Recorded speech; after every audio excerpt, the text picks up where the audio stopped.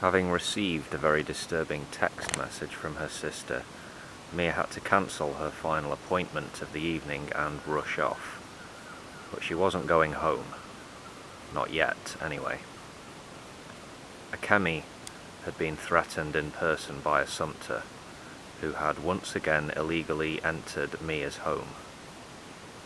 She had said to Akemi that she wanted to see Mia in person immediately. A terrified Akemi had stated that her sister wasn't home right now and pleaded with a sumpter to leave. The Spanish lady of the night shouted at the little Japanese lady, saying that if she was trying to cover for her sister, her ladyboy freak sibling, that she would have to hurt her. Sumpter checked the rest of the house, found no one and left, but not before she promised to come back and pay a visit soon. This was it. For Mia, a line had been crossed, and now unpleasant consequences would swiftly follow. Mia made straight for a sumpter's place. Hazel had come along too, but as they reached the flat, Mia told Hazel, in no uncertain terms, that she would go no further. This was her problem to deal with, and although she appreciated her good friend coming along for moral support, she didn't want her to see what would come next. A man left the Sumpters by the front entrance, closing the door behind him. He stood for a moment, lit a cigarette, before strolling off into the night. Mia made for the door. It wasn't locked. She made her way in, quietly, closing the door behind her. The hall was well lit. She had been here before and knew where the living room was. But as she could see no one in there as she peered around the door, she slowly and stealthily climbed the stairs. There was noise coming from the bathroom. Sounded like someone taking a shower. Mia stood outside the door, trying to steady herself and quieten the rage within. There was no fear now, just the desire to put this woman in her place. The water stopped. Mia could hear movement within, and now she chose to enter. The sumpter stood wet and naked, and with a look of total shock plastered across her face. She was frozen and unable to defend herself as Mia delivered a straight right into her midsection, doubling her over.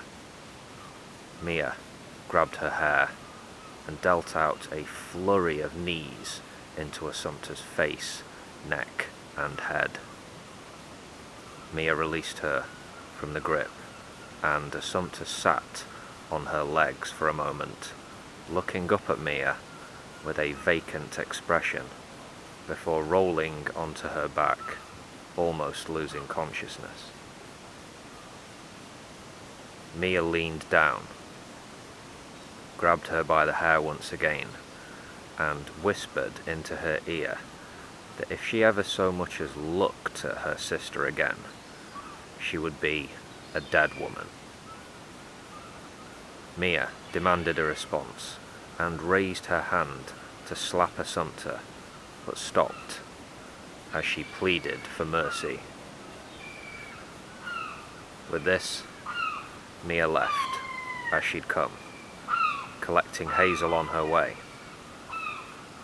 The two took the bus back to Mia's. By the time they got back, it was about 10 to midnight.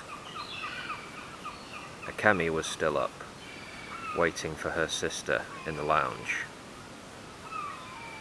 They embraced, and Akemi asked where her sister had been, and why she hadn't replied to any of her frantic messages.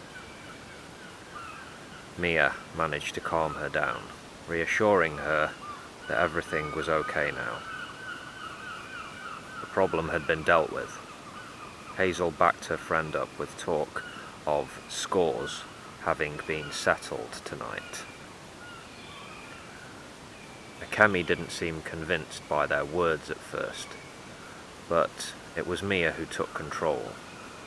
She suggested that the three of them stay up tonight, watching movies, having a natter, a girly night in, some wine and chocolate perhaps. Akemi had clearly been traumatized by her earlier encounter. This being the case, Mia had decided that she needed to be around people, not alone in her room, in the dark. And so they talked and drank and laughed, the three of them, until the small hours. They fell asleep huddled together on the settee. Mia sat up straight, Akemi with her head in her sister's lap, Hazel under Mia's right arm. Akemi was the first to wake at almost noon. As she moved, Mia woke too. They gazed into each other's eyes, lovingly. Bathed in sunlight, they held each other, sharing a very special moment. 3 days later, Akemi would say her goodbyes and head back to Japan. Mia shed more than a few tears, but she knew she would see the love of her life again soon enough. Beautiful Akemi was heading home. Her sister was safe.